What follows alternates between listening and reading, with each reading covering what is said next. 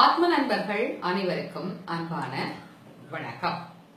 பல்வேறு வகையான விஷயங்களை நாம் நம்முடைய பதிவுகளில் தொடர்ந்து சிந்தித்து வருகின்றோம். எதிர்வரும் வாரத்திலே நம்மை நோக்கி வரக்கூடிய ஒரு அற்புதமான பண்டிகை ஒன்றை நாம் எதிர்பார்த்து காத்து கொண்டிருக்கிறோம்.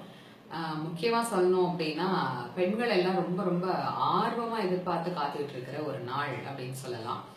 இந்த நாளுக்காக பெண்கள் மட்டுமல்ல, பல்வேறு வகையான வியாபார நிறுவனங்கள் கூட காத்து கொண்டிருக்கக்கூடிய ஒரு நாள் அப்படின்னு சொல்லலாம். அப்படி ஒரு நாள் தான் நாம எதிர்பார்த்துட்டு இருக்கிறோம். வர வாரத்துல வருகிற நாள் என்ன நாள் அப்படின்னா அக்ஷய திருத்தியை.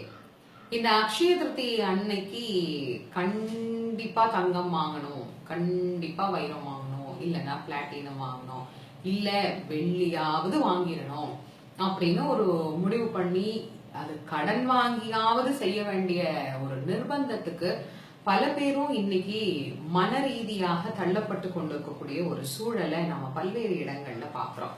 உண்மையிலேயே இதெல்லாம் வாங்கணுமா?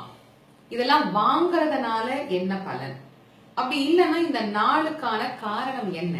இதை ஏன் கொண்டாடுறோம், எப்படி கொண்டாடணும் அப்படிங்கிற விளக்கத்தை இந்த பதிவுல சிந்திக்கலாம்.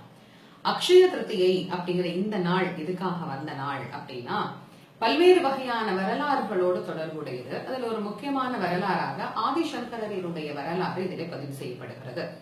ஆதிசங்கரர் இளமை காலத்துல ஒவ்வொரு வீடாக போய் பிக்ஷை எடுத்து, துறவிகளுக்கான இலக்கணமே பிக்ஷா அன்னம் உண்ண வேண்டும் என்கின்ற அந்த இலக்கணத்தின்படிதான் அவர் வாழ்ந்து கொண்டிருந்தார்.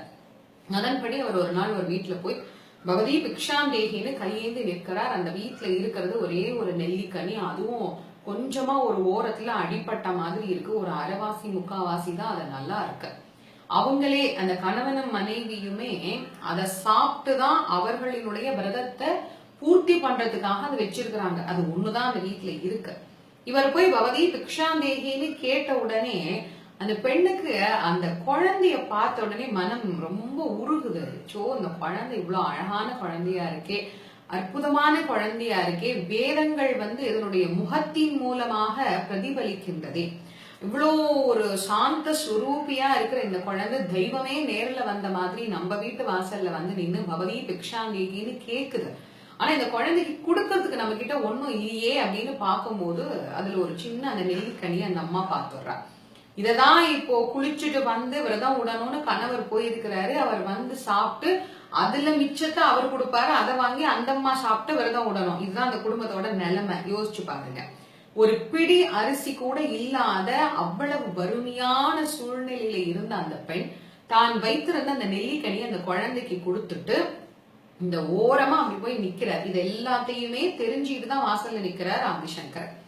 அந்த நிலைமையிலையும் தர்மம் பண்ணணுங்கிற அவருடைய எண்ணம் இருந்தது பாருங்க. அவர் ஆதிசங்கரர் மகாலட்சுமியை பிரார்த்தனை பண்றார். அம்மா மகாலட்சுமி தாயே, நீ யார் யாரையோ கடைக்கண்ணால பார்த்து லட்ச கணக்குல கோடி கணக்குல அவர்களுக்கு செல்வத்தை வாரி வாரி கொடுக்கற.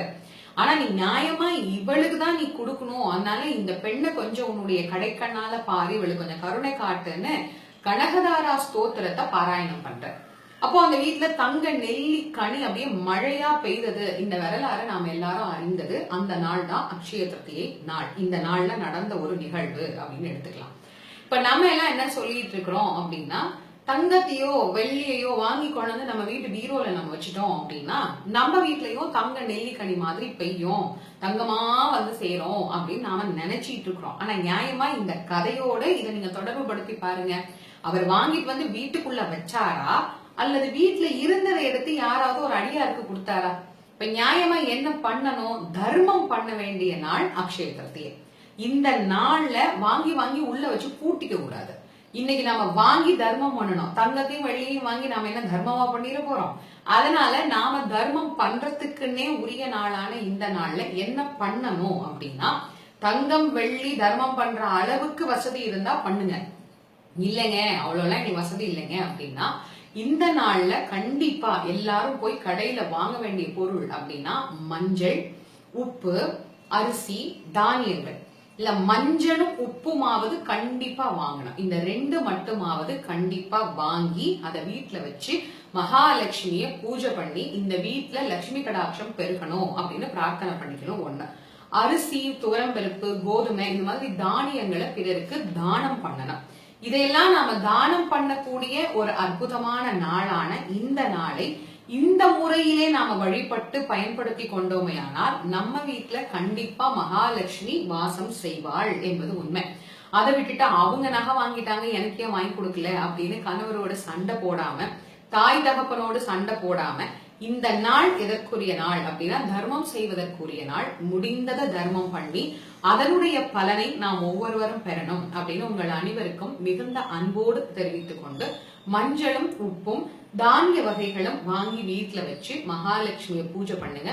ஒருத்தருக்காவது முடிந்ததை தானம் பண்ணுங்க. மகாலட்சுமியினுடைய அருள் நம் எல்லோருக்கும் இல்லத்தில் பரிபூரணமாக நிறைந்திருக்கும். மீண்டும் அடுத்த பதிவில் உங்கள் அனைவரையும் சந்திக்கும் வரை உங்கள் அனைவருக்கும் நன்றியும் வணக்கமும் கூறி விடைபெறுவது திருமுருக வள்ளல் வாரியார் சுவாமிகளின் மாணவி தேசமங்கையர்க்கரசி.